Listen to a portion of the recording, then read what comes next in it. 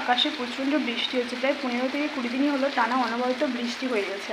আর বৃষ্টির ওয়েদারে যদি পায় টেস্টি খাবার, সকালের নাস্তা তো কেমন জমে যাবে। তো চলো মা আছে কী বানিয়েছে সেটাই তোমাদের সাথে শেয়ার করি। তো চলো সকালের খাবারটা কি দেখো। এই যে ফাইনালি কিন্তু মুড়ি নিয়ে নিয়েছি, ঠিক আছে।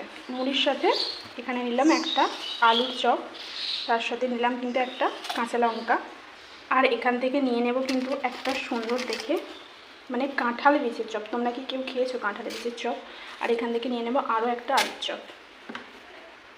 আমাদের সুন্দর তেল দিয়ে কিন্তু চপটা বানিয়েছে, জাস্ট দারুণ লাগছে। এখন কিন্তু আমি আলুর চপটা দিয়ে সুন্দরভাবে হালকা মুড়ে নিয়েছি খাবার জন্য। তো সুন্দরভাবে কিন্তু আমি মাখিয়ে নিচ্ছি।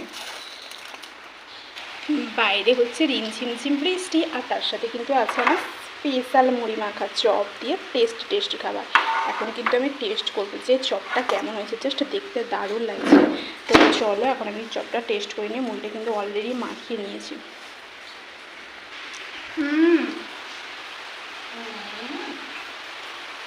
জাস্ট দারুণ লাগছে,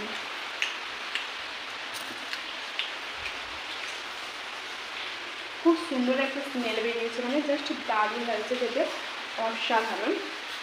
মানে কি বলবো, বৃষ্টির দিনে আর সুন্দর যদি এত সুন্দর খাবার পাই মনটা তো আপনি ভরে যাবে, জাস্ট দারুণ লাগছে। এত সুন্দর রান্না হয়েছে কি বলবো, জাস্ট দারুণ খেতে। দেখো এত সুন্দর বৃষ্টি হচ্ছে আর এত সুস্বাদু খাবার কার না ভালো লাগে বলো, আমার তো ভীষণ ভালো লাগছে। আর সত্যি বলতে কাঁঠাল বীজের চপ আমি লাইফে ফার্স্টবার খেলাম, এই রেসিপিটা তোমাদের সাথে শেয়ার করে দেবো। তোমরা যদি চাও বানিয়ে খেতে পারো, তোমাদেরও খুব ভালো লাগবে। তো চলো আজকের মতো টাটা। আর তোমাদের ওখানে কাদের বৃষ্টি হচ্ছে অবশ্যই কমেন্টসে জানিও। তো চলো টাটা।